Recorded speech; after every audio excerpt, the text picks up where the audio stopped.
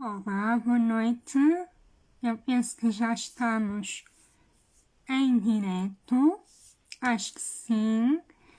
Boa noite, Ângela. Primeira a entrar aqui no nosso direto. Também já está aqui a Teresa, que é a nossa convidada. Mas eu, antes de chamá-la, queria fazer aqui uma pequenina introdução. Boa noite a todos que estão a entrar. Obrigada, antes de mais, por investirem um pouco deste vosso tempo, no vosso serão, para estarem aqui, permitirem-se tomar consciência e conhecerem-se também. Olá, Lena, beijinhos, Inês, Catarina, bem-vindas. E então, muito rapidamente, queria falar um bocadinho do que será então esta nova rubrica, Conversas com Fibra. E então, isto pretende ser precisamente o que diz o nome, uma conversa em que eu irei convidar outros profissionais ou outras pessoas que eu considero que podem trazer aqui um acrescento, uma mais-valia com as suas partilhas. Serão conversas informais, no sentido de ser mesmo uma conversa. No entanto, eu acredito que serão conversas que nos trarão muita aprendizagem, aliás.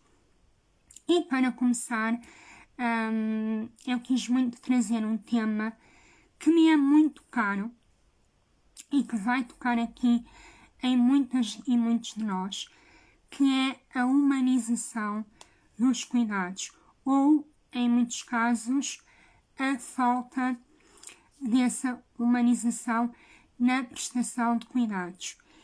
E, como minha convidada, tenho uma pessoa que, a meu ver, representa muito bem o que é ser humano enquanto profissional. E então eu convidei a Teresa, a doutora Teresa Tomás.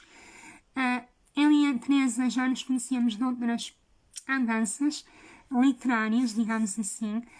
Por isso nós vamos tratar-nos de forma informal, porque é mesmo essa a energia que eu também quero trazer para aqui. E então, sem mais demoras, eu vou chamar a Teresa para se juntar a nós. Ora,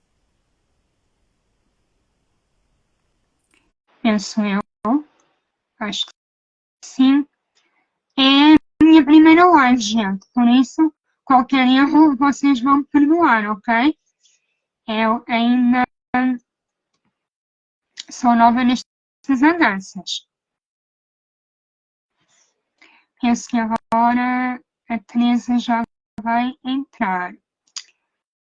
Vamos aguardar um bocadinho. Acho que sim. Olá, Olá, Teresa, boa noite. boa noite, Catarina, tudo bem? Tudo bem contigo? Tudo bem também, obrigada. Olha, E antes de obrigada pela mais, introdução também, gostei muito de ouvir, embora eu não sei espero conseguir dar algum contributo, mas gostei muito da tua introdução e do teu projeto. Parabéns obrigada. também, gosto muito deste projeto.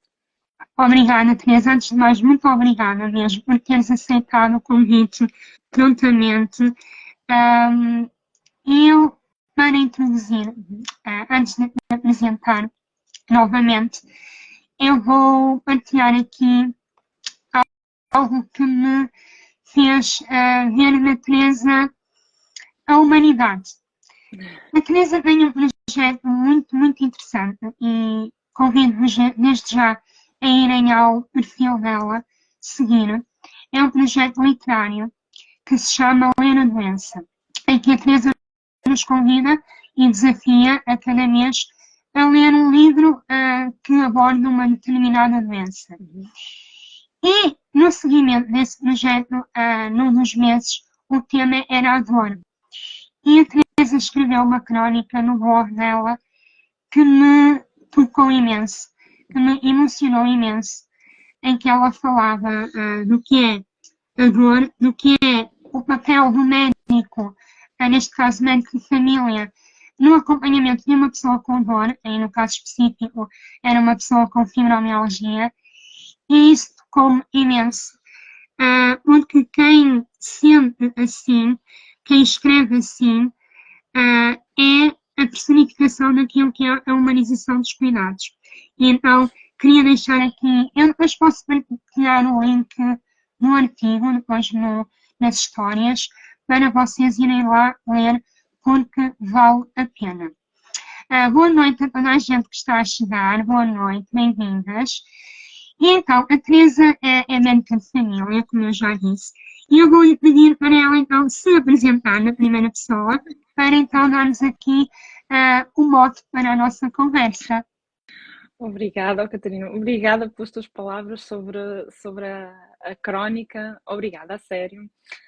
Os livros também nos fazem isso, não é? Às vezes lemos um livro e as emoções surgem, então pronto, também a escrita surge. O meu nome é Teresa, sou médica de família em Braga.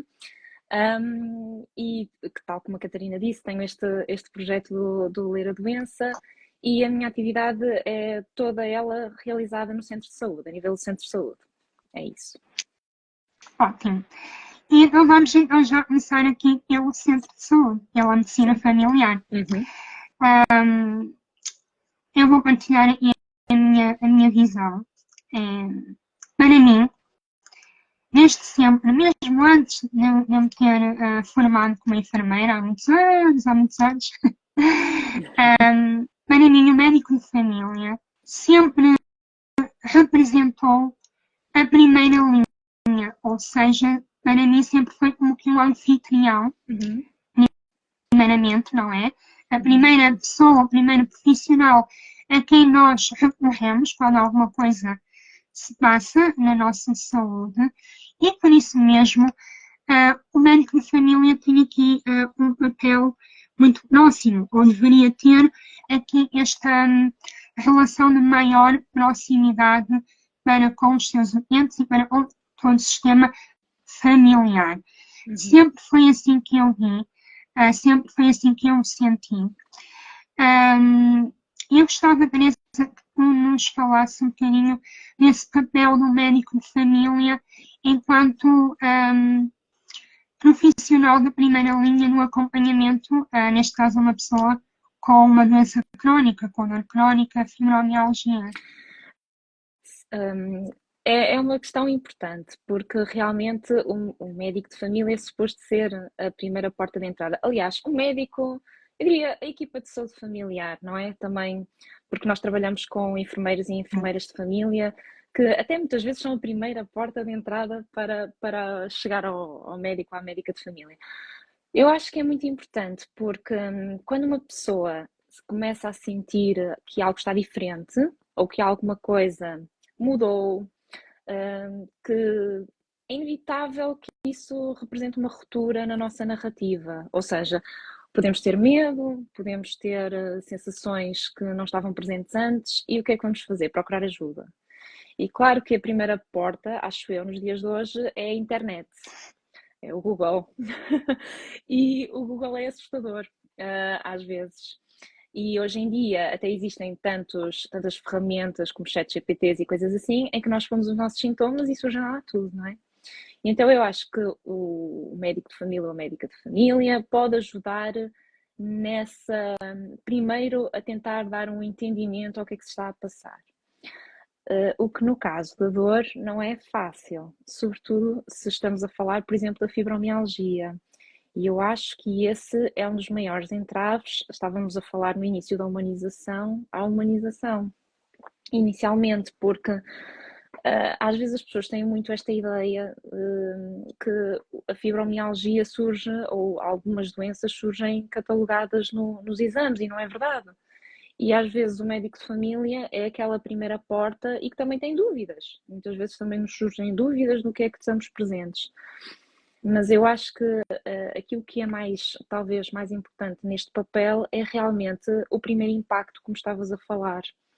porque às vezes eu sinto que as pessoas depois procuram respostas e há o risco de tentarem encontrar muitos profissionais e todos eles têm uma opinião às vezes diferente. Olha, já experimentou fazer isto e já pediu para ver isto e já fez este exame e a pessoa começa a se sentir perdida. E nas doenças crónicas, algumas delas complexas, isso pode acontecer.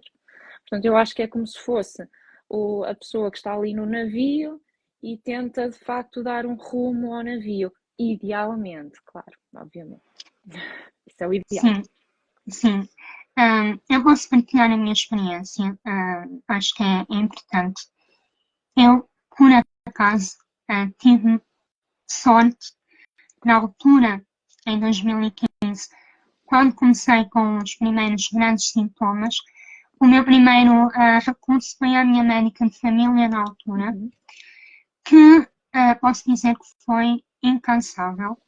Ela, mesmo não percebendo o que se estava a passar, ela prescreveu-me todos os exames que achava convenientes. Ok, isto não nos diz nada, vamos fazer estes. Fisioterapia, mais fisioterapia, até que, depois, meses depois, como não chegávamos a nenhuma conclusão, lembro-me que ela, numa altura, ligou comigo lá, um colega, para tentar perceber, pedir outra opinião. E ela, na altura, foi ela que me aconselhou, fez-me um encaminhamento para a reumatologia, porque já havia aí uma desconfiança. Porquê? Porque a minha mãe tem a mesma patologia que eu, e já havia aí a desconfiança, mas como, infelizmente, é sempre demorado a consulta na especialidade, ela sugeriu-me, se eu tivesse possibilidade, de ir ao privado, e tudo o que fosse necessário a nível de exames, ela disponibilizou-se logo à partida para prescrever o que fosse necessário, deu-me total abertura, e isso a mim também me deu muita segurança e muita confiança para realmente dar esse passo. Tanto que, depois do diagnóstico feito pela reumatologia, eu fui lá para comunicar, levar o relatório, e eu lembro-me que a minha médica de família foi a primeira pessoa, na altura, que se sentou comigo e que me disse: Catarina, eu lamento imenso este diagnóstico, mas quero que saiba tudo aquilo que precisar. Eu estou aqui para fazer o acompanhamento, desde medicação, desde tratamentos que precise por parte do SNS. Venha ter comigo, que eu estou aqui. E eu sei que isto não é uma realidade para muitas pessoas. E já lá vamos falar um bocadinho nisso mais à frente. Esta foi a minha realidade e eu sei que tive muita sorte. Não deveria ser sorte, deveria ser a regra, não é? Mas infelizmente não é. Isto para dizer que aqui a minha médica de família, na altura, naquela altura, teve esse papel importantíssimo no acompanhamento do meu, quer no processo diagnóstico, quer no pós-diagnóstico. E o que eu te ia perguntar agora, Teresa, é que, na tua opinião, tu achas que os médicos de família, ou se calhar em geral, porque algo que me dizem muito, quase todas as semanas recebo mensagens a partilhar essa questão, há muitos médicos, principalmente a nível de cuidados de saúde primários, que não sabem o que é fibromialgia. Tu achas que ainda há falta de informação sobre esta doença? Eu quero acreditar que não. Claro que podemos estar a falar de gerações também diferentes. Eu penso que a geração a que eu pertenço já sabe o que é fibromialgia. Até porque existem orientações precisas da Direção-Geral de Saúde sobre a fibromialgia. Eu acho que muitos médicos têm medo de fibromialgia, no sentido em que é difícil dar esse diagnóstico, estabelecer esse diagnóstico, é difícil mesmo do ponto de vista que estavas a falar. Eu gostei muito de ouvir-te falar sobre a tua médica de família, porque eu acho que o raro é isso, é essa atitude de sentar ao lado da pessoa e dizer: olha, como se sente, o que é que este diagnóstico representa para si, para a sua vida, o que é que sabe sobre a fibromialgia. Porque nós temos muitas ideias e se calhar é importante também o médico perguntar-se a si próprio no final do dia o que é que eu sei sobre a fibromialgia. Porque nós sabemos, os médicos sabem muita coisa técnica, até sabem os critérios de diagnóstico, se calhar lá dos livros sobre a fibromialgia, mas eu acho que a maioria dos médicos talvez possam não saber os critérios de cor, talvez possam não saber a atualização desses critérios, talvez possam não saber que existem critérios muito diferentes de país para país e por isso daí a dificuldade às vezes de diagnosticar fibromialgia e de fazer estudos, porque os critérios de diagnóstico podem ser diferentes aqui dos Estados Unidos ou da Inglaterra.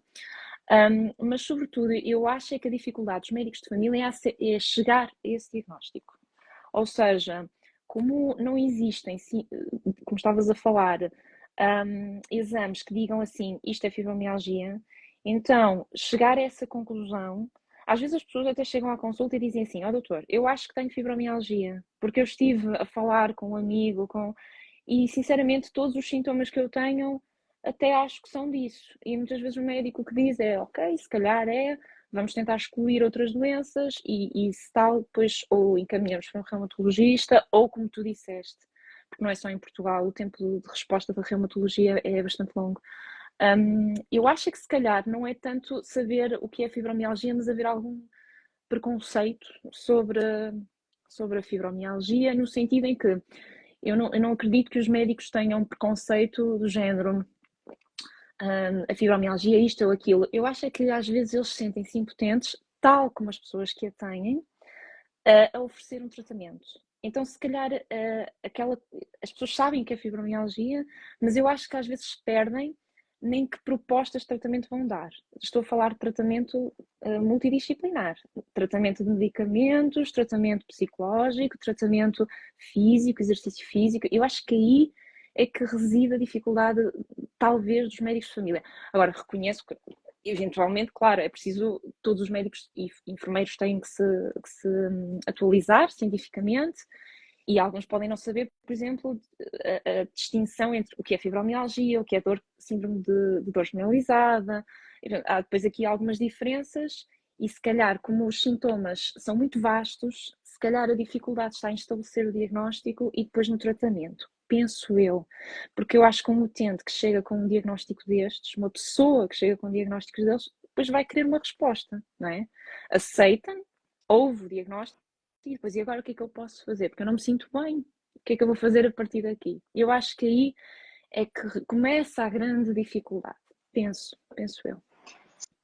Sim, e falaste em algo muito interessante, Teresa, que foi o preconceito, entre aspas, porque é algo que realmente, uh, se calhar preconceito não é a palavra correta, Estigma, mas não é? estigma, um Estigma, se calhar. estigma, sim.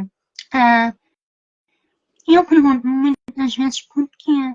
Porque quando, e mesmo eu vou falar também agora pela enfermagem, pelos enfermeiros, porque acaba por ser transversal e por outros profissionais de saúde. Mas pronto, mas pela enfermeira falamos aqui nestas duas classes, que é quando alguém vai ao médico, ao enfermeiro, porque tem diabetes, hipertensão, arritmia, outra patologia qualquer, Crohn, enfim, recebe um tipo de tratamento ou não se põe sequer essa questão de será que a pessoa está a dizer a verdade? E quando é uma pessoa com fibromialgia ou com um quadro de dor crónica, sem causa específica, porque por vezes, não é porque, mas por vezes ainda há esse será que ela não está a exagerar? Será? Porque nós não perguntamos a uma pessoa que tem diabetes se ela está a exagerar. Ou, e Concordo. porquê é que, na tua opinião, porquê é que achas que isso acontece? Olha, essa é que é a pergunta difícil. A pergunta para o Sim. milhão. Acho que há muitas causas. Primeiro, acho que tem a ver não só com a fibromialgia, mas com a dor em geral. Nós temos aquela regra de que a dor é sempre aquela, tem a intensidade que o doente diz que tem, não é? Uhum. Porque às vezes as pessoas dizem, eu tenho uma dor, e a gente usa aquela escala 0 a 10, 0 é nada, 10 é o máximo, e a pessoa diz 8. E há sempre aquela tendência a dizer 8, mas é mesmo? Tanto? Ora, pense lá bem, é a dor que a pessoa sente. E o conceito de dor está a mudar. Nós cada vez mais sabemos que a dor não é só a sensação física que uma pessoa tem, é um conceito de dor total. É o impacto que tem no dia a dia, é a dor psicológica, é o impacto na família, é as limitações que causa.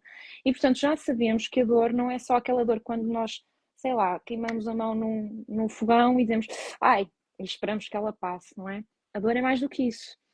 Então eu acho que esse estigma que existem em outras doenças, como as doenças mentais, por exemplo, as doenças psiquiátricas também ainda têm muito estigma, e eu acho que é um estigma externo e interno. Primeiro isto começou, eu acho que também tem uma grande componente histórica, porque a dor da mulher, e nós sabemos que, não é?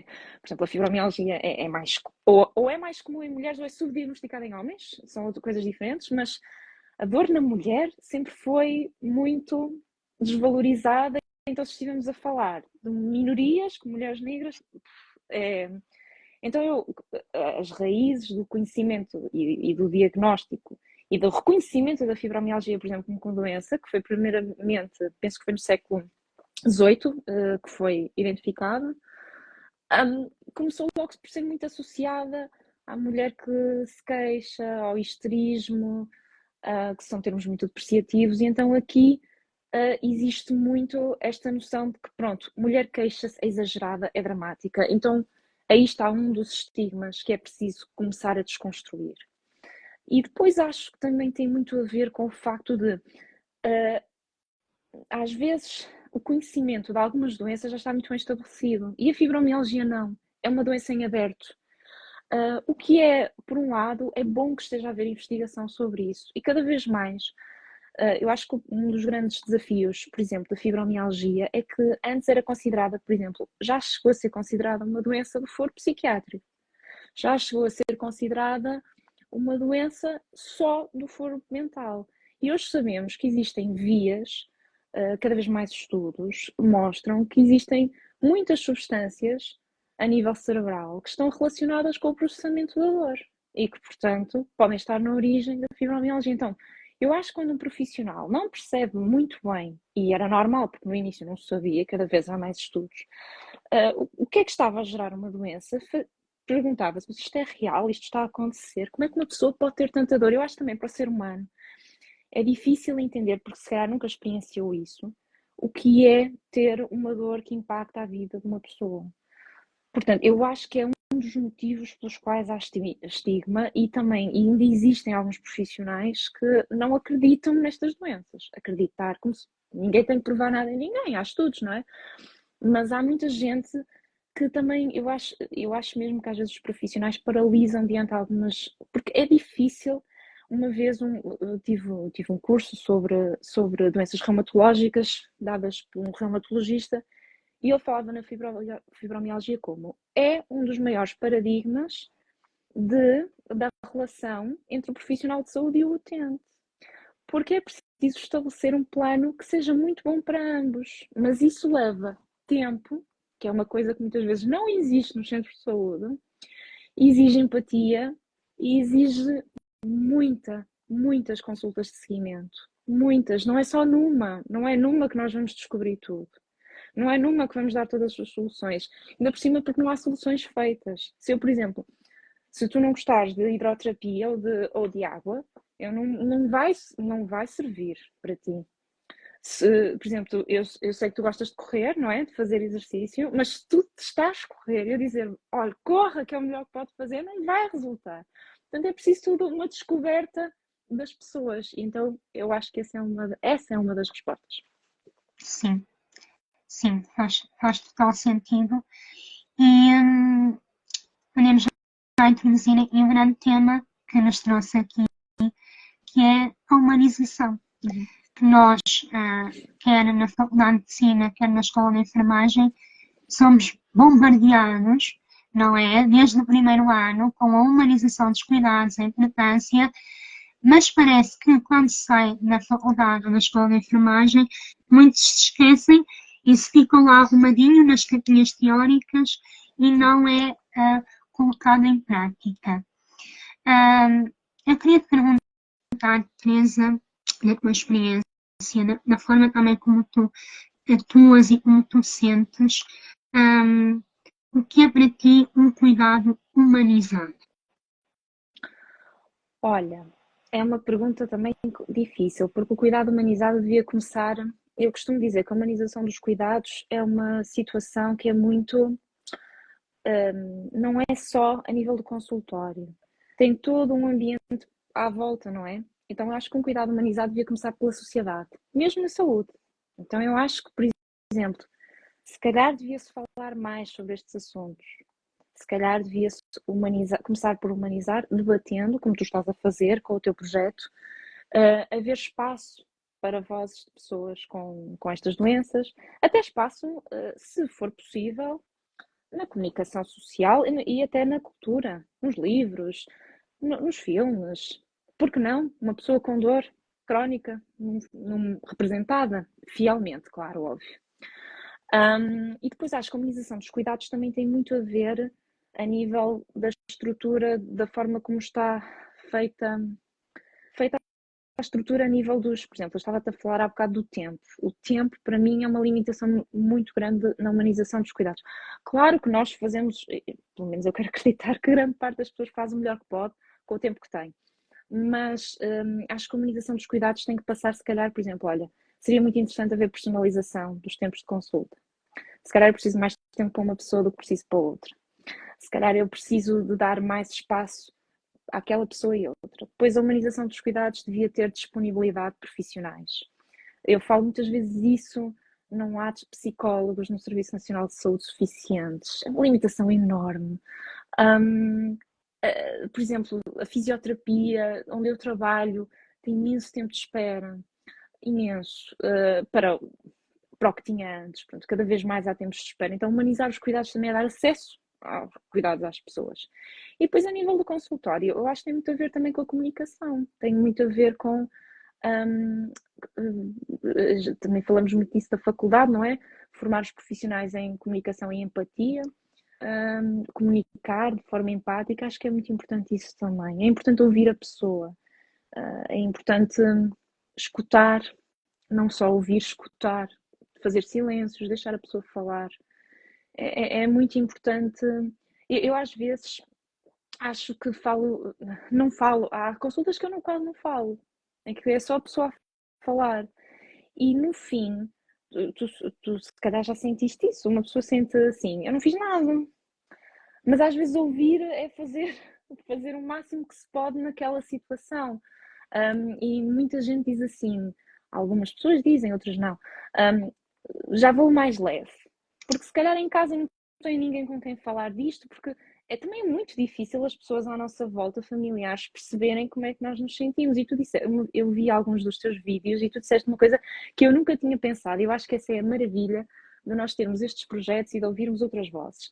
Tu disseste, diz muitas vezes que a fibromialgia é uma doença invisível e tu disseste que não, que é visível. Eu gostei muito desse teu vídeo. Até pelas olheiras das pessoas, sabes, que estão no rosto, nas noites de insónia. E eu não tinha pensado nisso, porque nós damos muito este chavão, não é? E tem todo sentido, faz todo sentido. Portanto, humanizar também é falar e aprender uns com os outros, acho eu. É a minha opinião. Agora, é um processo muito longo, porque nós não estamos inseridos também, nós estamos inseridos num sistema que é burocrático, eu sei, e sobretudo também acho que os profissionais de saúde estão, às vezes também, por exemplo, eu sei que não tenho o mesmo nível de empatia no fim do dia do no início do dia e também cometo muitos erros e às vezes acabo o dia e penso, não correu nada bem, devia ter dado mais tempo, devia ter falado mais, mas já vou atrasada, não sei quantos minutos, e às vezes simplesmente digo às pessoas: olha, hoje não é um bom dia, hoje não vou conseguir ter a presença que tenho, então se calhar vamos ter que marcar para outro dia para eu dar a atenção suficiente, porque às vezes quando isso falha, eu sinto que a pessoa sai dali, eu sinto que falhamos, sabes?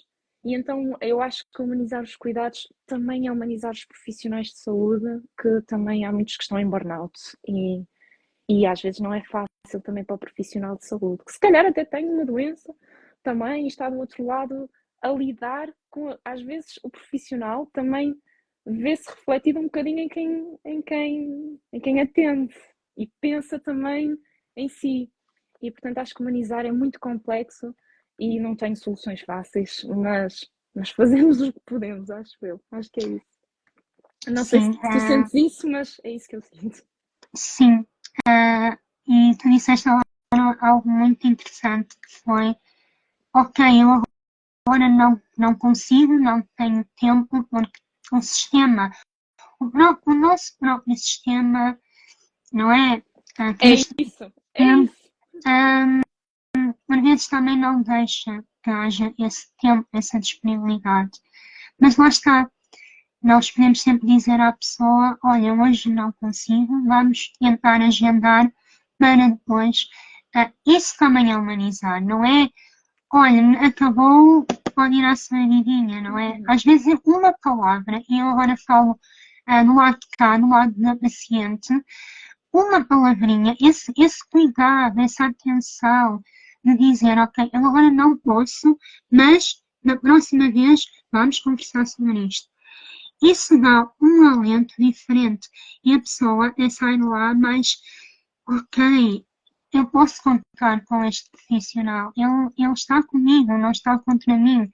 E, porque é muito isso que eu gostava que houvesse mais, era a pessoa, o paciente, também tem de ser um agente ativo no processo terapêutico, não é? Sim, sem dúvida. Tem de haver uma equipa, e não é só a equipa multidisciplinar dos profissionais, o doente, o paciente, também tem de ser parte ativa dessa equipa. Por isso é que eu falo tanto em empoderamento, em conhecer muito bem o meu corpo, como é que eu funciono, como é que a doença se manifesta, para eu também poder ter uma palavra a dizer e criar esta relação, fortalecer esta relação, tendo em conta as circunstâncias atuais do nosso SNS, no caso, não é?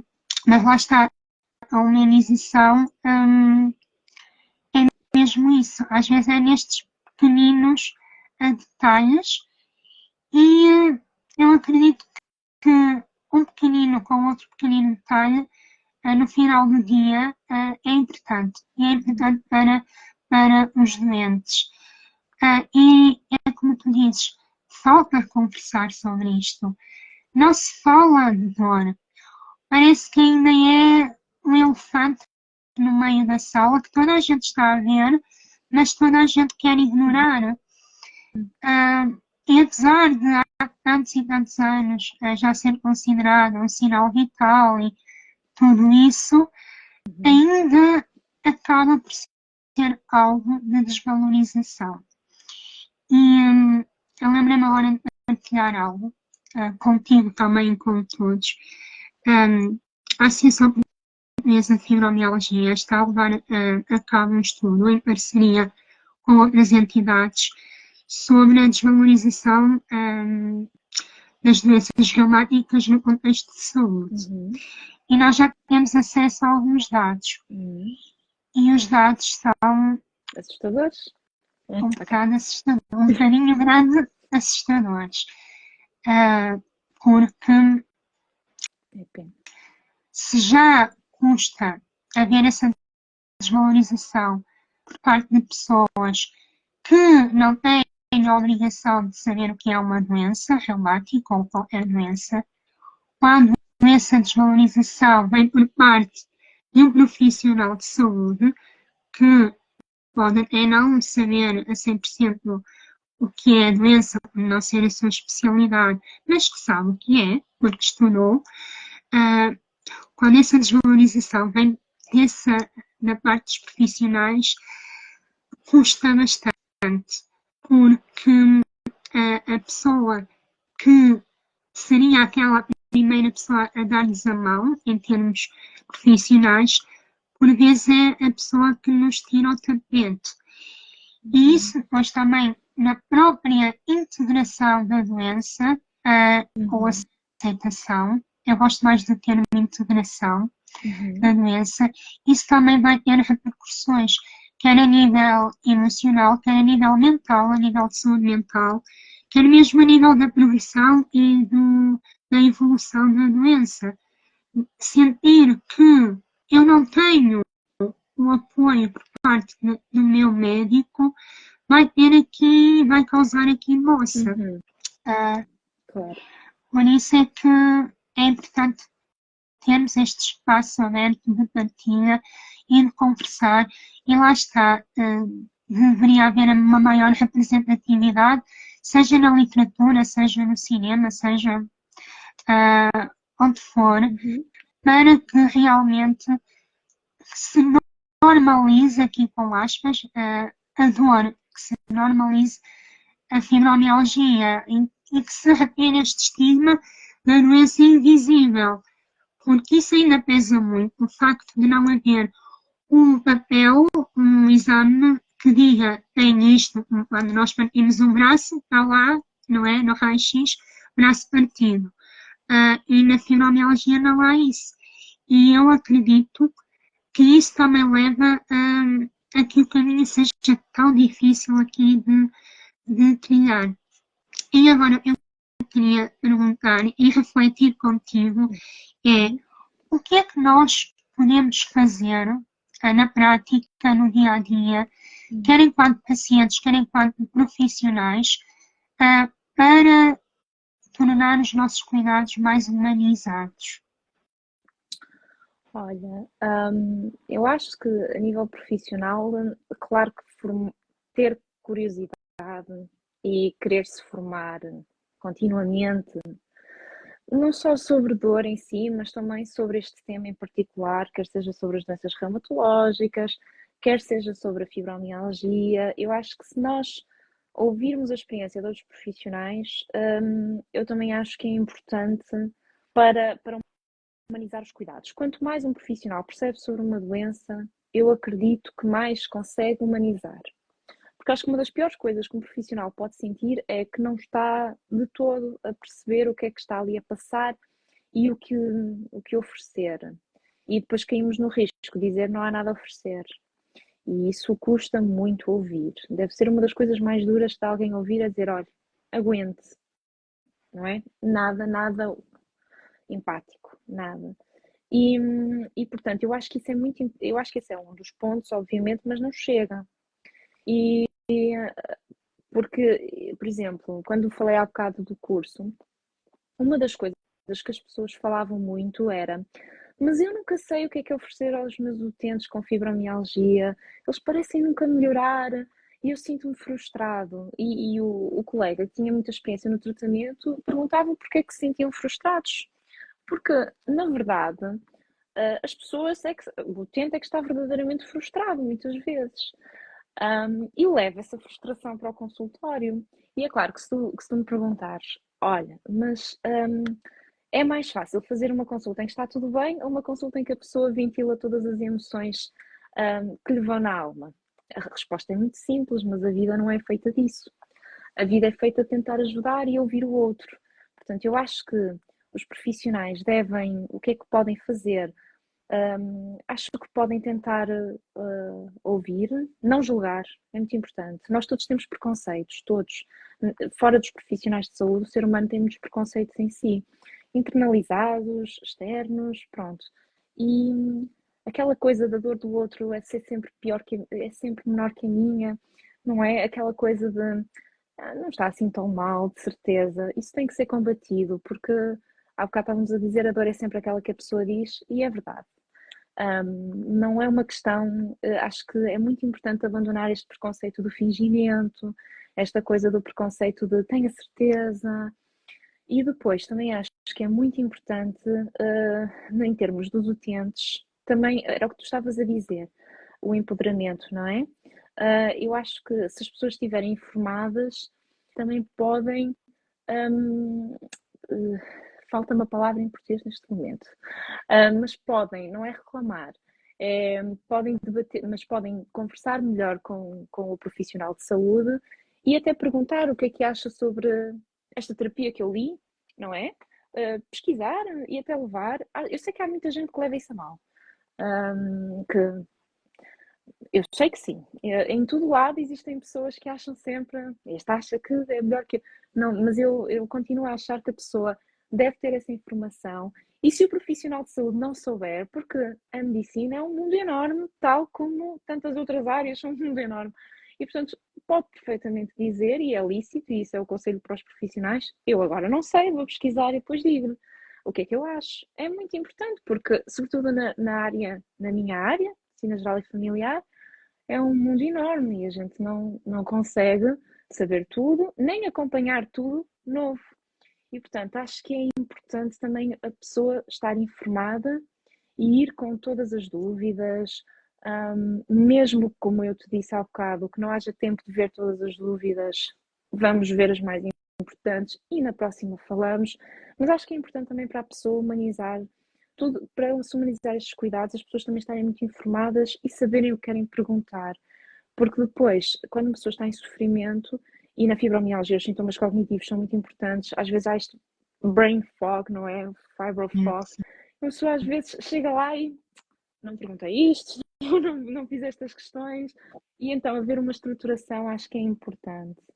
E, e por isso é que eu estava a falar do teu projeto, que acho que é muito importante, porque se uma pessoa vir o que está, vir também outras experiências, e isto acontece com outras pessoas. Então, o que me está a acontecer comigo não é uma coisa raríssima, não é uma coisa. Há outras pessoas que me compreendem. E por isso é que eu acho que, se calhar, as narrativas, se houvesse mais narrativas sobre pessoas também com fibromialgia, por exemplo, aqui em Portugal, que é uma coisa que se calhar é desconhecimento meu, mas quando na altura procurei, não havia muitas. E, e aquele livro que deu mote, que me tocou muito, porque é aquilo, não é? Aquelas frases que nós vemos de dizem-me que está tudo bem e eu sinto-me que não estou bem. Hoje não me apeteceu sair de casa e ninguém percebeu porquê. Então eu achei tão empático, achei tão bonito, mas pronto, não é um livro fácil de arranjar, não está em português. Pronto, claro que não vai, toda a gente e nem toda a gente tem que ler, não é? Mas lá está a representatividade. E portanto, eu acho que nós podemos, por um lado, mais formação em empatia, mais cursos de comunicação, mais paciência, que eu às vezes também não tenho, porque não somos perfeitos, não é? E pelo lado da pessoa também mais empoderamento, mais informação, porque o profissional de saúde e a pessoa conhecem-se mutuamente. E no caso dos médicos de família ou dos enfermeiros de família, teoricamente são o profissional de referência durante muito tempo. E se esta relação não acontecer, esta humanização não acontecer a este nível, vai acontecer com quem? Não é? Não é muito fácil mudar de médico de família a enfermeiro de família. Não é muito fácil ter médico de família e enfermeiro de família, em primeiro lugar. E, portanto, acho que é importante, não só no médico de família, mas também noutras especialidades, não é? Porque eu acho que isso também é importante. Eu gostava também de fazer um ponto aí. É que até podemos ter uma relação empática com o nosso médico de família, o enfermeiro de família, o nosso reumatologista, mas depois, se formos outro profissional, sei lá, um profissional qualquer, até pode ser um cirurgião, um dentista, outra coisa qualquer. Mas se essa pessoa vê na nossa ficha clínica fibromialgia e se começa a pensar, pronto, ok, esta pessoa vai ter mais dor pós-operatória porque já tem esta doença e se começa a ver aquilo como, se começa a considerar que aquilo é um cabo de trabalhos para ele, isso é que tem que ser combatido. É o cabo de trabalhos, é para a pessoa que está ali. E, portanto, também acho que é importante todos os médicos saberem um bocadinho sobre isto e terem essa empatia, porque não acaba ali. Há muitos outros profissionais e nestas condições, às vezes há muitos profissionais que estão envolvidos, porque é uma coisa também importante, as pessoas com estas doenças não têm só esta doença. Eu, por exemplo, estou-me a lembrar de uma pessoa que tem fibromialgia e, para além da fibromialgia, tem tem um problema de umas tendinites nos braços, tem umas artroses na cervical, e depois há aquele risco. Isso é tudo da sua fibromialgia, quando não é. Há muitos tipos de sim, sim. dores. E as pessoas com fibromialgia, por exemplo, sabem reconhecer, estavas a falar de conhecer o nosso próprio corpo, não é? Começam a reconhecer isso. Portanto, também é importante que os profissionais tenham todos é humanizar, como te disse no início, todas as pessoas. Ou psicólogos, ou nutricionistas, o que quisermos, não é? E acho que isso é muito importante, mas leva muito tempo e dá muito trabalho. É verdade, Teresa. E falaste aí em algo muito interessante, que foi as outras especialidades. Eu posso partilhar contigo que já depois do diagnóstico dos anitos, eu desenvolvi umas tendinites nos ombros, a enfermagem, não é? Sim. E na altura tive de fazer tratamentos de fisioterapia. E foi muito engraçado, não teve piada nenhuma, mas eu referi isso quer na consulta com o fisiatra, quer depois com o fisioterapeuta que ia fazer o tratamento com a fisioterapeuta, que eu depois entretanto mudei, porque eu ter dito que tinha fibromialgia e não ter dito foi a mesma coisa. Porque, como tu sabes, um dos sintomas é a hipersensibilidade ao toque. Então, eu desmaiei, uma vez eu desmaiei lá no gabinete, porque eu pedi para a fisioterapeuta ter um bocadinho mais de cuidado para não estar ali a fazer tanta pressão. Ok, é necessário, mas eu pedi para parar 5 minutinhos, porque não estava a conseguir. E desmaiei, também para desmaiar. E depois ainda tive de ouvir frases do género: estas mulheres de hoje em dia são muito fraquinhas. E depois temos aqui dois paradigmas, dois pontos diferentes, que é, primeiro, a desvalorização da dor, não é?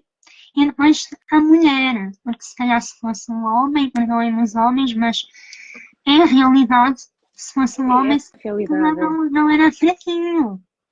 É a realidade, é a realidade. Há uma desvalorização muito grande da dor na mulher, que começa desde a dor da menstruação. Alguém falou aqui do parto, da humanização do parto, é outro mundo diferente. Ou seja, há muito a fibromialgia existe em crianças e adolescentes. Não é uma doença só de mulheres entre os 20 e os 50 e tal anos. Não é de todo. E eu cada vez vejo mais pessoas a dizerem, porque antigamente até havia o estigma auto-interno de se dizer, havia pessoas que não diziam que tinham fibromialgia. Nem queriam que, por exemplo, outro mundo completo é a entidade patronal, não é? Sim. Não é outro mundo. E, portanto, havia muita gente que escondia. Cada vez me vejo mais pessoas que dizem abertamente o que têm. Tenho fibromialgia. Pronto. Ou seja, como antigamente havia, e ainda existe, não é? Muito estigma em dizer que tenho depressão, ansiedade, pronto. Ainda por cima, nós sabemos que são comorbilidades muito frequentes, não é? 50% é um número muito elevado e são 50% das pessoas com fibromialgia têm alguma comorbilidade que não sabe muito bem se é consequência, se é alguma via comum a nível cerebral. Houve aqui uma pessoa que estava a falar da ressonância magnética nos comentários, que cada vez mais se fazem estudos de investigação com a ressonância magnética para ver áreas do cérebro que estão mais ativas nas pessoas com estas doenças. Mas tens toda a razão, lá está essa questão da desvalorização da dor. Na mulher em especial é muitíssimo, ainda é muito frequente, muito frequente. Sim. E então, lá está, quando temos a mulher com fibromialgia e com um quadro depressivo ou um quadro de ansiedade, então aí há ainda um maior estigma, uma maior desacreditação, ou é muito comum este comentário: isso é tudo da tua cabeça, é tudo psicológico. E não é, não. Quando muito é neurológico, que é o que se está hoje em dia os estudos estão a apontar nesse sentido. E mesmo se Mas fosse é mesmo psicológica, é uma coisa que digo muitas se vezes fosse. às minhas utentes, não é? Porque às vezes dizem-me isso, eu digo, e mesmo se fosse, causa sofrimento, não é? Exatamente. Mesmo que fosse uma doença psiquiátrica, que também a gente não sabe muito bem a patogenia de algumas doenças psiquiátricas, mas mesmo isso se fosse, traz sofrimento. Existe toda a gente conhece da cultura popular aquela coisa da dor fantasma, não é? Dos Uhum. amputados, quando se uma pessoa perde uma mão e tem ou um pé ou qualquer coisa e tem uma dor excruciante, horrível, e a gente sabe muito bem caracterizar isso, sabe muito bem porque é que acontece. Ninguém diz que está na tua cabeça, não é? E não está lá um membro. Então as pessoas é este switch que é difícil de Sim. fazer.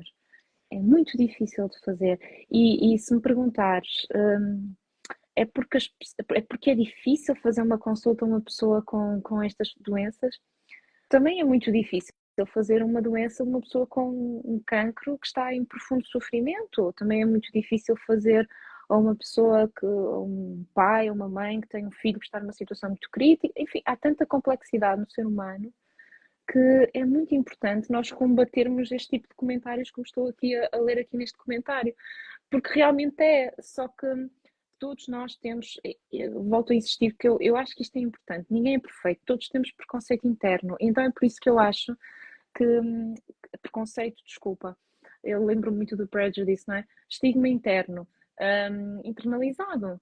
E por isso é que eu acho que quanto mais lemos, ou quanto mais há representação na cultura, ou quanto mais vemos projetos como o que estás a fazer, que há divulgação, então isso ajuda-nos a desconstruir estas caixinhas que temos aqui dentro, de frases feitas e que ouvimos de outras pessoas. Porque depois também internalizamos aquilo que os outros dizem, não é? E na área da saúde temos muito isso, temos sempre o nosso superior, aquele que nos ensinou e que nos habituou a fazer pensar assim, e nós perpetuamos alguns comportamentos, quer na enfermagem, quer na medicina, enfim, quer na parte da saúde. Também acho que é muito importante combater isso. Sim. Comunicação, não é? Comunicação.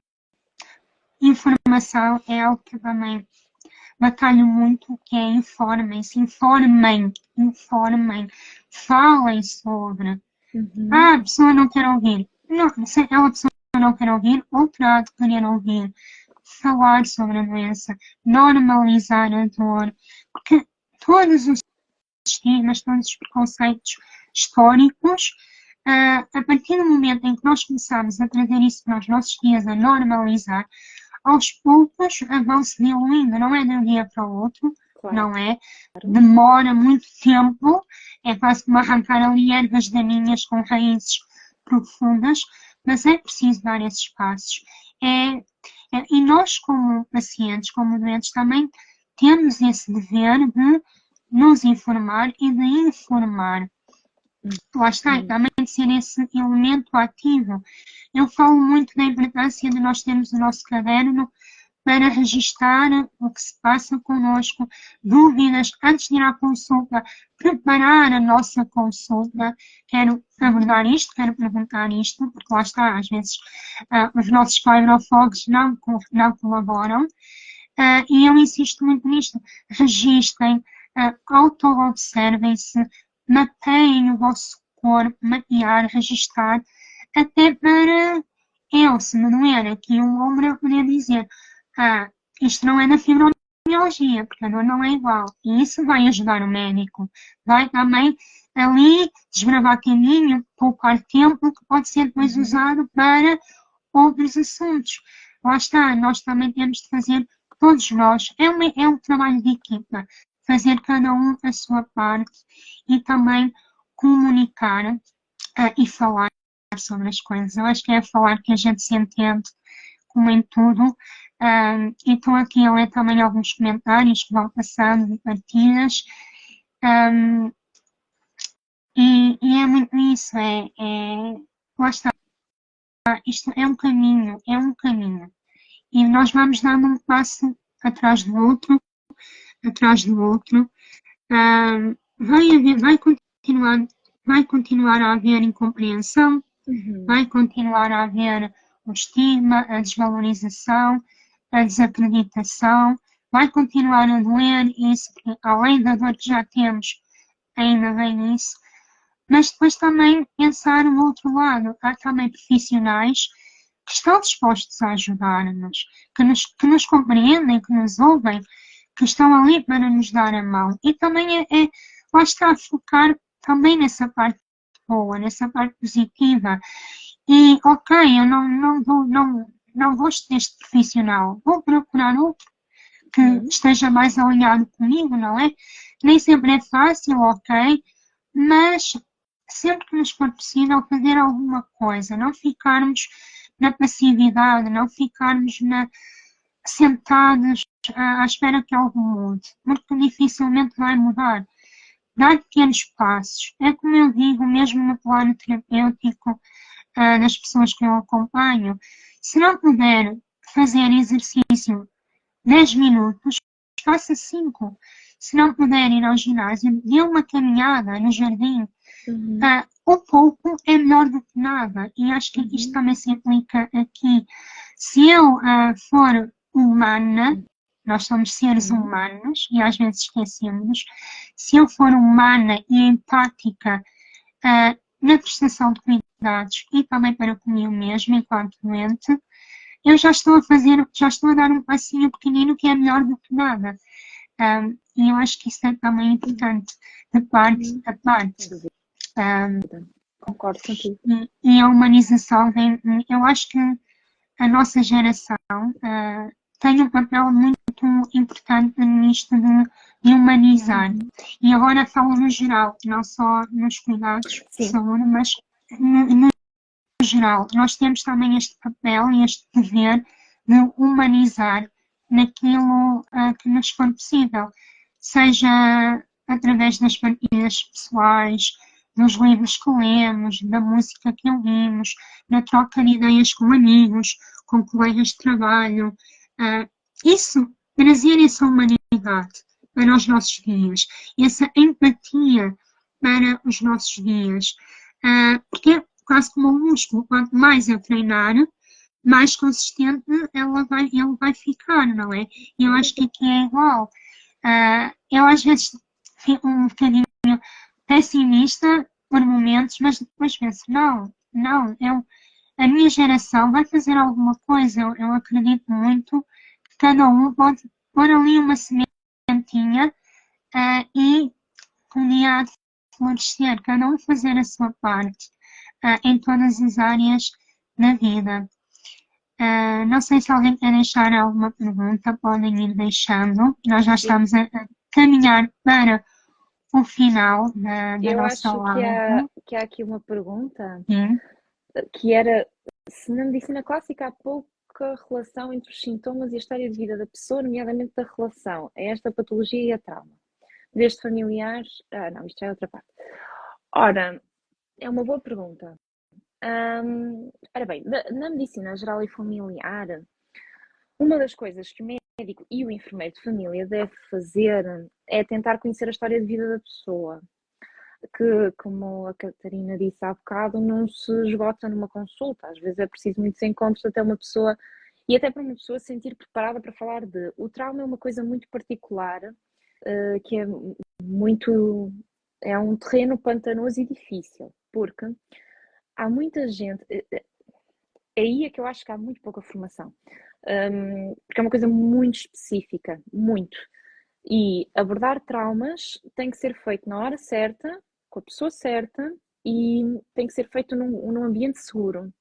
E às vezes, quando nós vamos buscar um trauma propositadamente, ou seja, se nós vamos inquirir sobre um trauma a uma pessoa e não temos muita formação sobre isso, e se aquela pessoa não está pronta, podemos estar a fazer um erro, porque às vezes obrigamos a pessoa a reviver um trauma e isso pode explotar uma crise de qualquer tipo e de qualquer género, quer seja algo ansioso, algo depressivo, algo dor, não interessa, qualquer coisa. Portanto, é preciso ter muito cuidado, especialmente em coisas de índole trauma sexual, trauma, enfim, todos os tipos de trauma de guerra, também não é fácil. Eu tenho uma população muito migrante, uma população muito.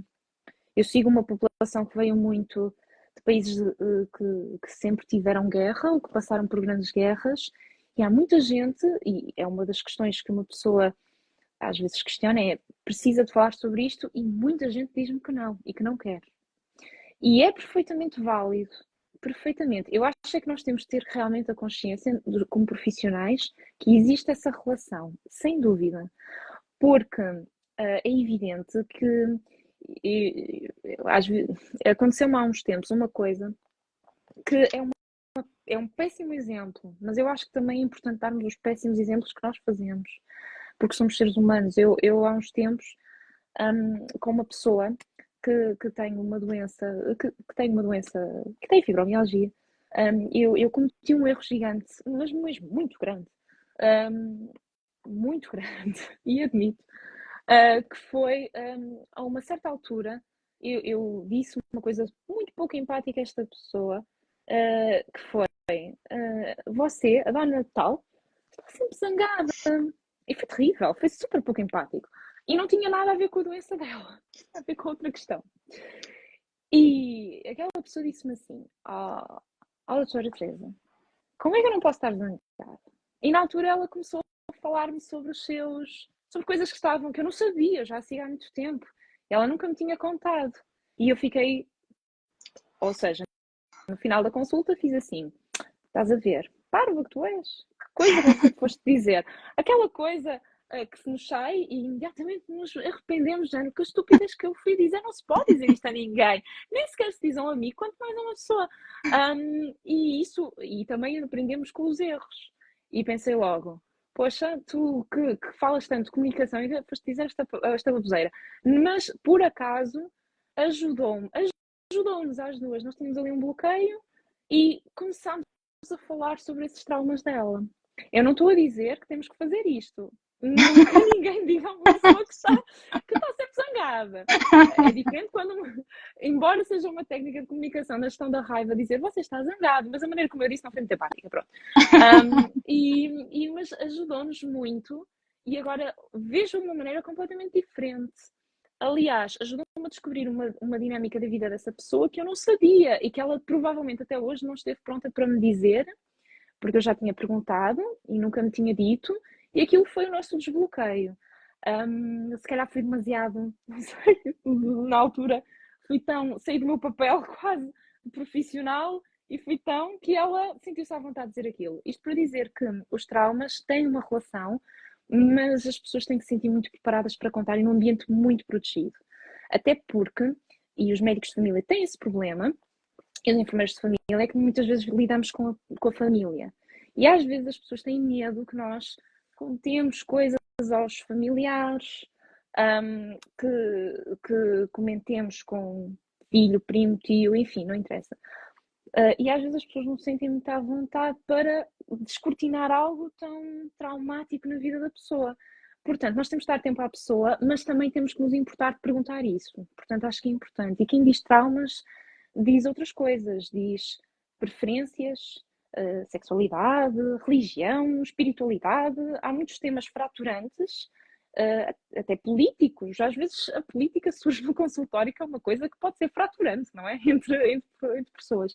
Portanto, eu acho que sim, que tem uma relação, que é muito importante perguntarmos, mas se nos sentirmos confortáveis, se sentirmos que é um momento e se a pessoa permitir. Porque há muita gente que tenta arrancar. Não é boa ideia. Eu própria posso me sentir muito, na minha vida pessoal, não querer contar uma coisa. Quanto mais querer contar a uma pessoa, que se calhar a vi pela segunda ou terceira vez e nem sequer conheço muito bem e não me sinto à vontade para contar. Portanto, há uma relação, a gente sabe que sim, os eventos traumáticos favorecem esta alteração das vias da dor, às vezes perpetuam até, e também não é fácil, porque a gestão do trauma é difícil. Além disso, vamos voltar ao mesmo. Psicólogos formados em trauma, disponibilidade de psicólogos no Serviço Nacional de Saúde não é muito fácil. Idealmente devia haver uma equipa multidisciplinar. Eu sigo muita gente que veio de outros países, imigrada, não sei se tens essa experiência, Catarina, mas eu sigo algumas pessoas que estiveram noutros países e eram tratadas, por exemplo, por fibromialgia noutros países e dizem muitas vezes. Eu tinha o meu reumatologista, o meu psicólogo, o meu psiquiatra, o meu fisioterapeuta e tinha uma equipa multiprofissional que me seguia. E depois chego a Portugal e digo, pois, E agora? aqui não é bem assim. Ou seja, e as pessoas ficam logo muito, e então o que é que eu vou fazer? Ou seja, não é que não existe essa possibilidade, às vezes há tempos de espera muito grandes comparativamente a outros países, em que se calhar também pagavam um bocadinho mais por isso, mas aqui o pagamento é muito maior a nível privado. Portanto, um psicólogo formado nessa área é muito difícil e a terapia cognitiva comportamental, por exemplo, nem toda a gente, não é para todas as pessoas, como é óbvio, mas ajudaria muito, até para nós percebermos, como estavas a falar, Catarina, do nosso corpo, como é que eu vou lidar com isto. Estavas a dizer alguma coisa há bocado que eu achei muito gira, que foi que às vezes és pessimista, mas que tu tentas pensar às vezes positivamente. Isso, para tudo, é muito difícil de fazer. O ser humano tem muito esta tendência de as coisas não são boas e não vão ficar boas. Então o nosso povo é muito assim, isto nunca vai mudar. Ou seja, combater essa inércia que estavas a falar, querer sair, também se trabalha a nível core, a nível psicológico. Mas é preciso alguém em quem confiemos e que esteja preparado para isso. E eu acho que isso é tão difícil, não sei se é a tua experiência, mas a minha que é muito difícil conseguirmos, já falei disso muitas vezes em lives, aqui onde eu trabalho, o tempo de espera psicologia vai de 1 ano e meio a 2 anos. Sim. Não dá. Aliás, eu há muitos anos que defendo a existência, da mesma maneira que temos o médico e enfermeiro de família, deveria haver um psicólogo de família. Num mundo ideal, num mundo Sim, no mundo ideal, ideal. É verdade. Um psicólogo porque eu forense. sou uma defensora acérrima da psicologia, da psicoterapia. Eu fiz um processo psicoterapêutico quando fui diagnosticada, porque estava muito mal e felizmente consegui pedir ajuda a tempo e fiz o meu processo que me ajudou a perceber-me melhor e a perceber-me na minha nova condição. O que acontece é que, lá está, na rede do meu bolso, o que acontece é que há pessoas que não têm essa possibilidade. Não podem. É a realidade do nosso país e isso custa tanto porque realmente o apoio psicológico numa doença como a fibromialgia é muito, muito, muito importante. Até lá está para desconstruir crenças, para dar-lhes aqui quase que um fortalecimento a nível mental, não é? Agora falta uma palavra em português, mas não é fortalecimento, mas dar-lhes aqui quase que aqui a mudança de mindset para uma nova realidade. E isso consegue-se através da psicologia, da psicoterapia. E infelizmente a maioria das pessoas, as pessoas contam, não têm a possibilidade. Eu conheço a realidade também do Reino Unido, eu trabalhei lá também. E lá é muito diferente daqui. Não é perfeito também, mas, por exemplo, algo que eu acho fascinante lá é o quão eles já estão, o quão diferenciado é já o processo de diagnóstico de uma pessoa com fibromialgia. Eles têm aquilo muito mais simples, por um lado, e eficaz, por outro. Ou seja, não é preciso andarmos aqui meses ou anos até termos o diagnóstico. E eu acho que deveríamos também ir, deveria haver também entre países uma maior comunicação em termos de especialidades. Não sei, digo eu, acho que isso também seria bom para nós. Claro, claro que sim. E até homogeneizar aqueles critérios de diagnóstico Sim. porque muita da investigação que se faz, por exemplo, na fibromialgia é limitada por isso, não é? E acho que era muito importante. E imagina, nós temos esta norma de abordagem diagnóstica da fibromialgia que foi publicada, acho eu, em 2016 e atualizada em 2017. E, por exemplo, ainda há muita gente que acha que é preciso haver os tender points todos Sim. para conseguir fazer o diagnóstico, Então, mas não. já sabemos que não é assim, não é? Não é praticável estar ali a explorar todos os tender points.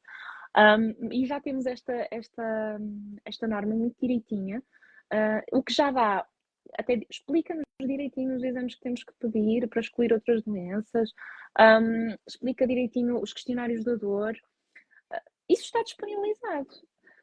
Depois, o acesso a um reumatologista não é muito fácil porque não há muitos reumatologistas em Portugal, não é?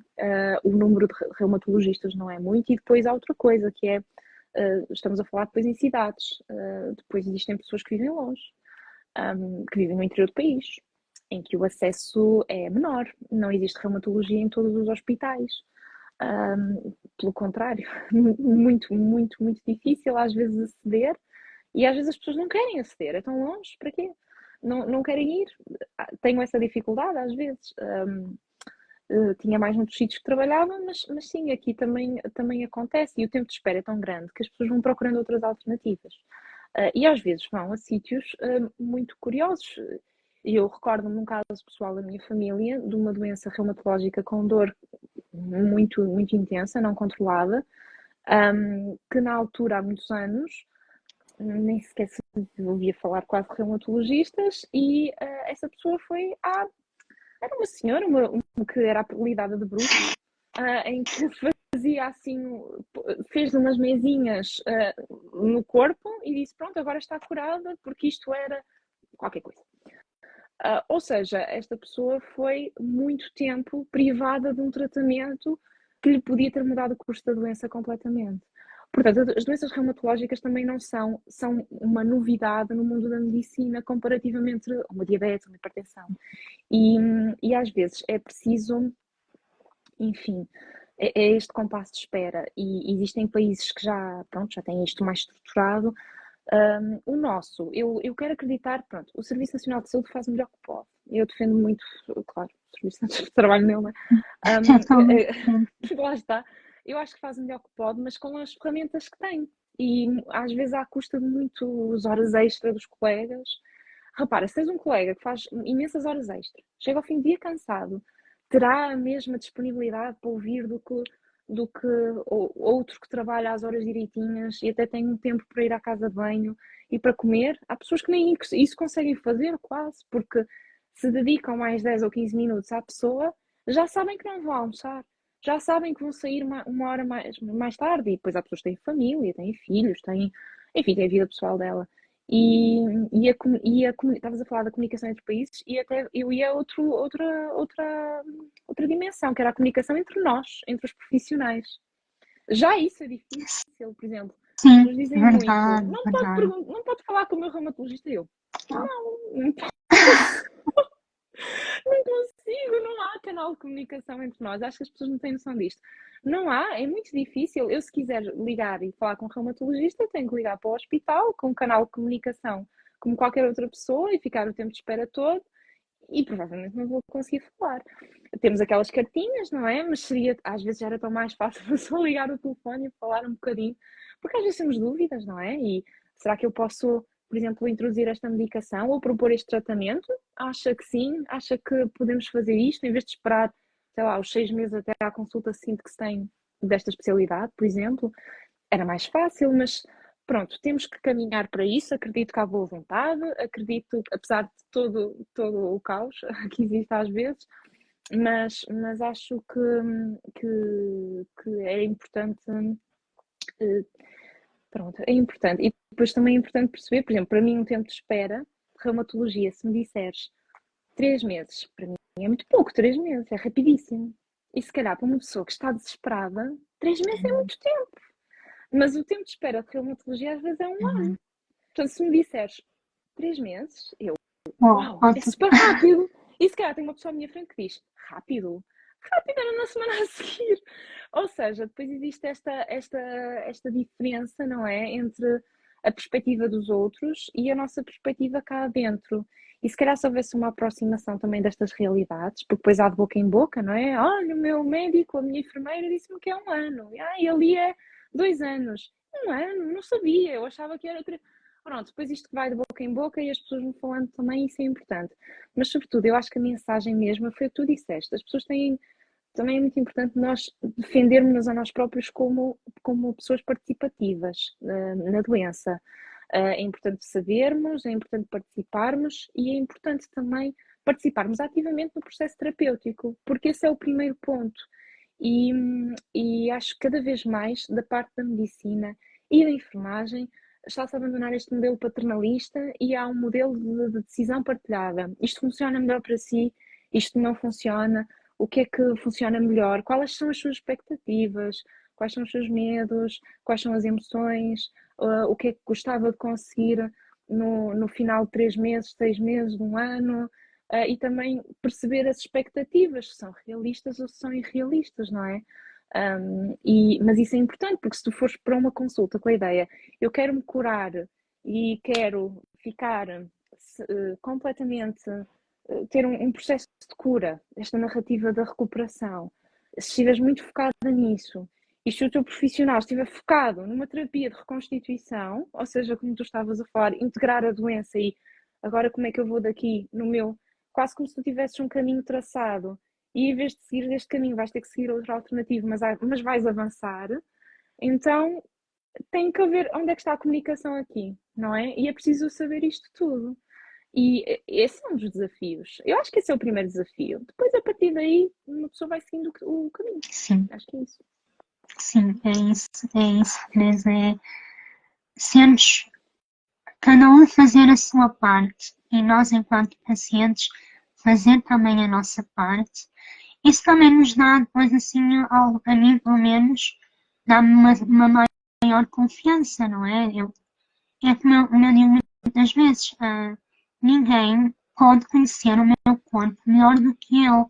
O médico pode conhecer a patologia e a fisiologia melhor do que eu. O enfermeiro pode conhecer o tratamento melhor do que eu, mas o meu corpo, como eu sinto, ninguém pode saber e conhecer melhor do que eu. E isso é um trabalho que todos nós temos de fazer, é o nosso trabalho de casa, diariamente. Porque depois isso pode parecer um nada, mas a médio prazo isso vai se refletir, lá está, no tratamento, nas escolhas de tratamento, de eu saber que este gatilho me vai levar a isto, ou que esta medicação funciona melhor assim, ou assado, ou não funciona de todo, e aí vou ter de conversar com o médico para encontrarmos uma alternativa. Lá está, este autoconhecimento, este empoderamento também ajuda a tudo fluir melhor, a tudo Sem fluir dúvida. melhor. E às vezes envolver a família, Também. não estou a dizer sempre, porque às vezes, pronto, a abordagem da consulta familiar é outra coisa diferente, mas às vezes, se existe um parceiro, uma parceira, ou se existe um filho, uma pessoa significativa que não entende, às vezes também é importante ouvir de outra boca, de outra voz, que se trata de uma doença, que é uma coisa real, não é? Esse trabalho também começa a nível de casa, porque se tu tens uma crise muito grande de dor, se não podes ir às compras, por exemplo, ao supermercado, não te apetece, não é? Pronto, está bem, podias dizer só que não te apetece, não, sou sempre eu. Ou seja, isso é muito importante de perceber, olha, eu hoje não estou bem, hoje estou mal, hoje acontece isto, porque como tu disseste até há bocado atrás, não é da nossa cabeça, não é? E mesmo que fosse, não é? Tem que haver esta empatia, mas se calhar perceber que há muita gente que não sabe o que é que são estas doenças e perceber que são doenças, é muito importante às vezes uma pessoa ouvir para também perceber, ok, esta pessoa está assim e realmente é um sofrimento muito grande. Às vezes basta pedir a escala da dor e as pessoas já ficam, caramba, afinal, hum, é uma dor muito intensa. Às vezes uma pergunta que a gente faz muito é, se uma pessoa nos diz uma escala de 8 em 10, não é? Eu tenho uma dor de 8 em 0 a 10, 8. Caramba, é muito. Se tu ouvires isto, tu pensas, pois é muito diferente do que dizer 8. Caramba, tanto? Com certeza. Percebes? Ou seja, é muito diferente tu ouvires caramba, então é uma dor muito intensa, fogo. E às vezes a pergunta que vem a seguir é: e tem ido trabalhar? Ou seja, é muito diferente tu. É 8, mas vai trabalhar, está bem. Percebes? Ou seja, é muito diferente a maneira também como se fala, porque uma pessoa com uma dor de 8 em 10 ou 7 em 10, pronto, não interessa, mas uma dor intensa, o dia todo, aquele texto que tu falaste, eu acho que se nós tentássemos imaginar uma pessoa que não tem uma doença assim, tentasse imaginar a pior dor que já teve, e sempre, constantemente, o que é que isso significa? Quando nós estamos doentes, temos uma gripe, a primeira coisa, e temos aquelas dores musculares horríveis, a primeira coisa que uma pessoa quer é um Benuron ou um Brufen e eu quero tratar isto. Agora vamos imaginar viver com isto sempre. Deve ser horrível. Deve ser difícil. Este é o primeiro passo das pessoas tentarem imaginar o que vai na cabeça do outro. E isso passa pela nossa família, pelos nossos amigos, porque está descrito muito, não é? E acho que as pessoas aqui também conseguem perceber isso, que perdem-se muitas ocasiões sociais porque a pessoa naquele momento não está bem. Ou não pode ir àquele sítio porque sabe que vai ser um esforço, o cansaço é tanto que se calhar podíamos gerar aqui uma coisa mais melhor para mim, mas se calhar temos que nos deslocar até a casa de outra pessoa, ir ali, e se calhar se houver esta compreensão, a pessoa sente-se muito mais compreendida e faz parte também do processo terapêutico, não é? Então uma pessoa começa a pensar, hum, mais uma vez não fui, estou cada vez pior, isto não vai ter solução, estou a perder as pessoas que estão ao meu lado. Isso deve ser verdadeiramente muito assustador e isolador. A pessoa deve se sentir muito só. Temos de tentar imaginar isso, não é? Toda a gente passou pelo Covid, toda a gente passou por um isolamento ou forçado, e vamos imaginar o que é quase isso, mas é o nosso corpo que nos está a obrigar. E o que tu falaste desse processo de, ok, vamos tentar arranjar, em vez de ir ao ginásio hoje, vou dar uma volta aqui pelo jardim da minha casa. E celebrar isso, que é motivo de celebração naquele momento, isso é uma pequena vitória, mas importante. E acho que é importante também falarmos disto com a família e até com o médico. Olha, eu não consegui fazer o nosso plano, não consegui ir ao ginásio 5 vezes por semana, mas consegui começar a dar uma caminhada regular de 500 metros todos os dias. Boa! Já é muito bom. E celebrarmos juntos esse acontecimento, que já é muito bom. Portanto, as expectativas realistas também são muito importantes e envolver todas as pessoas. E se calhar, se nós tivermos um companheiro, uma companheira ou alguém que gostemos e nos disser, caramba, mas podias ir ao ginásio, assim, mas isto já foi uma vitória muito importante. Porquê é que não vai com a pessoa? Conversar um bocadinho naquele momento? Não tenho tempo. Então vamos arranjar aqui um momento que dê para as duas pessoas. Portanto, o processo terapêutico é difícil, no sentido em que é vagaroso, mas se conseguirmos, tem muitos ganhos. Acho que é isso. Sim. É excelente teres falado na família, família, amigos, no círculo social, porque realmente é algo que é afetado. E há pessoas que se afastam, há pessoas que continuam a não compreender. E queria te perguntar uma coisa, Teresa. Tu em consulta, tu permites que a família vá acompanhar o paciente? Pergunto sempre, é o que quer? Sim, sim. A pessoa me disser, sim, fazia questão, sim, permito, sim. Até é uma dimensão muito importante do médico de família. Foi uma coisa muito difícil no Covid. Sim. Porque no Covid foi muito limitado isso e perderam-se ali muitas oportunidades. Mas sim, permito e acho que é importante se a pessoa quiser. A pessoa quiser, claro. Sem coação, não é? De ambas as partes. Normalmente digo, olha, sente-se confortável, se quiser, para si era importante que a pessoa X estivesse na consulta para a próxima vez, se a pessoa me disser sim, pode trazer.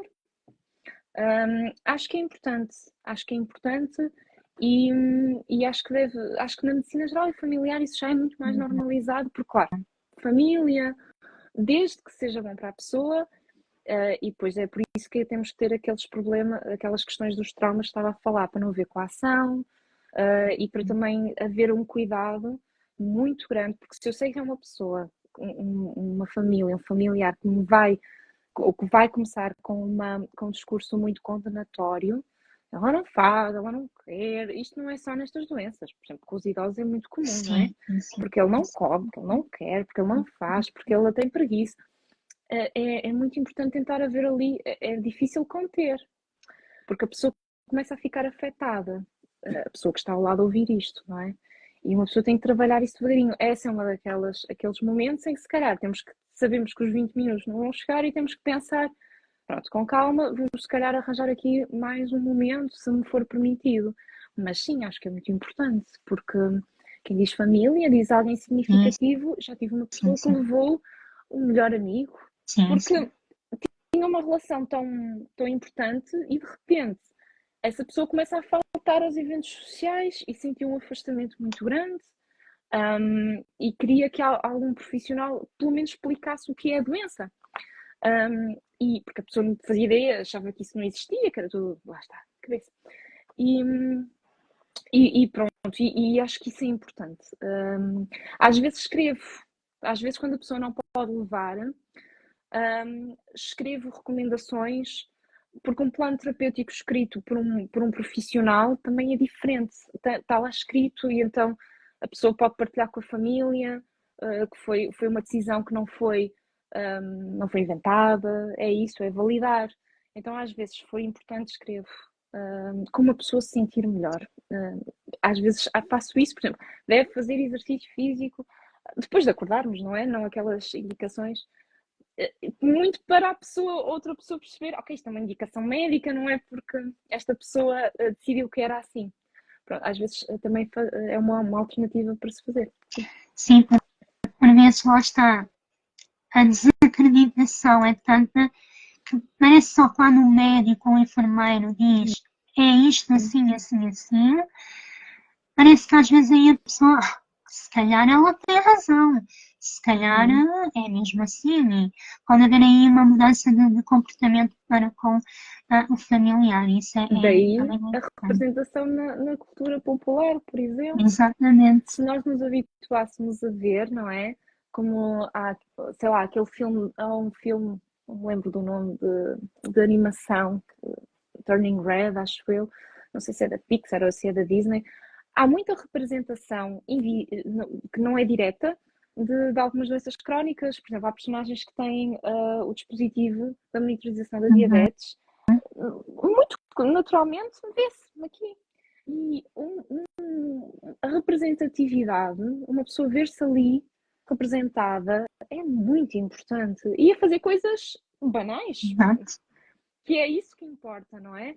Representar, mas boas representações, porque a cultura popular também está cheia de representações erradas das doenças, a gente Sim, sabe isso, não é? sim, Ideias erradas. Eu trouxe só o livro para se as pessoas quiserem ver aquele sim, que estava a sim, falar, sim. não é?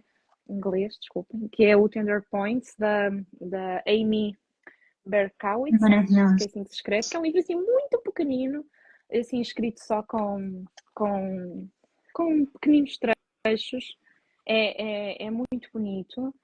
E depois vou só mostrar-vos um livro que eu acho muito interessante, que tem a ver com aquilo que nós estivemos a falar da mulher, que é este, que é Unwell Women, aliás, que também em inglês, é um bocadinho grande, espero que um dia seja traduzido Esse cá, que no fundo não é sobre doença, não é só sobre dor, sim. mas é sobre a jornada das mulheres em termos de doenças. Tem várias páginas dedicadas à fibromialgia, mas é para explicar realmente, explica muito bem estas concepções erradas de dor da mulher um, ser relegada, não ser valorizada. É muito interessante. Fala de história também, muita história ao longo da medicina, mas de mulheres também que fizeram impacto e que mudaram a percepção relativamente àquilo que se sabe hoje. É muito giro e também, eu vou só dizer mais um, desculpa, Força, que é o único mais que força, tenho, livros nós gostamos. também em inglês, desculpem, que se chama Heal Feelings, que é da Hallie Satrick.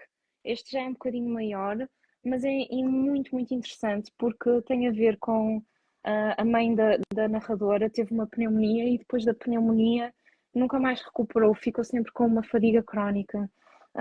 Aqui é o Chronic Fatigue Syndrome. É diferente, mas é muito interessante porque é lidar com um familiar que tem a doença, não é?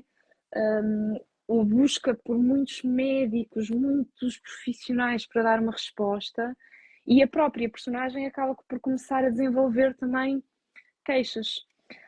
Nós ainda não sabemos se há situações genéticas aqui associadas, mas há aqui até uma citação que diz assim, o que umas pessoas antigas quaisquer disseram que as mulheres histéricas, não é, tinham uma percepção limitada, o que lhes tornava-as incapazes de aguentar o mundo. Pronto. Ou seja, é muito interessante porque realmente mostra o estigma que existe ainda à volta de doenças que provocam fadiga crónica, por exemplo, até o pós-Covid, não é? Sim, sim, Que tanto se falou. Já viste uma oportunidade boa para se falar da fadiga crónica, que foi o exatamente. post-Covid syndrome, que também tem algum estigma associado. E portanto é muito interessante. São todos em inglês, mas pronto, olha, é o que nós temos, não é? Olha, Teresa, antes de terminarmos, queria-te pedir uma mensagem final, quer para profissionais, quer para os doentes. Olha, eu acho que a mensagem final é muito vem ao encontro que tu própria disseste, que é empoderar. Acho que o empoderamento é muito importante. Uma mensagem final que gostava de dar é que todos nós temos um estigma, todos. Não estou a falar só destas doenças, de tudo. E que nós temos continuamente não penalizar-nos por isso, do género, eu estou errada, eu sou uma pessoa, mas sim, ok, vou tentar saber mais sobre isto e não vou criticar, vou pensar, vou ponderar e vou fazer algo por isso. E, sobretudo, algo que eu acho que é muito importante é empatia. Eu acho que a mensagem final em tudo é empatia, que às vezes é muito difícil colocar-nos no lugar do outro. É muito difícil vestirmos os sapatos, calçarmos os sapatos do outro. Há pessoas que dizem que é impossível. Eu acho que não é impossível. Eu acho que é difícil. É muito cognitivo. Mas acho que quanto mais somos expostos à informação, à arte, que também falaram por aqui nos comentários, a livros, a filmes, etc. Quanto mais somos expostos, mais queremos saber. E o que é importante é querer, ser genuíno e querer saber, ter curiosidade. E procurar ajuda também. Não ter vergonha nisso, pudor, procurar, mesmo que haja o receio de ouvir uma resposta menos positiva. Vale a pena tentar procurar e, se não se ouvir uma resposta positiva da primeira vez, tentar uma segunda. Ou seja, de uma forma muito também nossa empática, não é? Explicar o que a pessoa sente, sinto isto, o que tu disseste, as ferramentas que tu dás, está aqui, eu sinto isto, eu preciso de ajuda, esse é o primeiro passo. E eu acho que empatia era a mensagem final, de saber que são situações às vezes complexas, nem sempre vamos estar bem, nem sempre é possível estar bem, mas foi o que tu falaste, é a esperança para um mundo e uma sociedade mais empática. Essa é a mensagem final só. E queria agradecer-te muito o convite e a conversa, gostei muito, também aprendi muito contigo. Os teus vídeos que revi muitos ontem fizeram-me lembrar algumas coisas, porque também é importante querermos-nos relembrar de algumas coisas e perceber a importância. E também queria agradecer às pessoas que estiveram aqui presentes e por todos os comentários que deixaram, que foram também muito interessantes. Era isso. Obrigada, Teresa.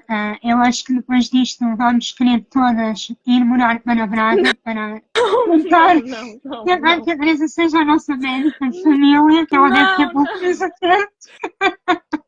Não. Uma pessoa faz o melhor que pode, mas foi o que eu disse há bocado, nem sempre é perfeita. Não é. Estamos sempre a tentar melhorar, é isso. A mensagem é essa. É Mas isso. obrigada. E vamos fechar com esta palavra, empatia, que é a base de qualquer relação, seja ela qual for. Vamos tentar ser mais empáticos, estabelecer este compromisso aqui connosco mesmas e com aqueles que nos rodeiam. Mais empatia. Teresa, muito, muito, muito obrigada. Obrigada. Adorei mesmo. Quem Obrigada. sabe daqui a uns tempos voltamos a fazer assim Claro, algo. claro que sim. Quem sabe. Muito obrigada às pessoas que estiveram aqui a assistir. Obrigada por se permitirem estar aqui, porque isto também abre consciências e lá está a comunicação. Desejo-vos a todos uma boa noite, um bom descanso, um abraço e até já. Obrigada. Beijinhos. Boa noite. Boa Obrigada. noite.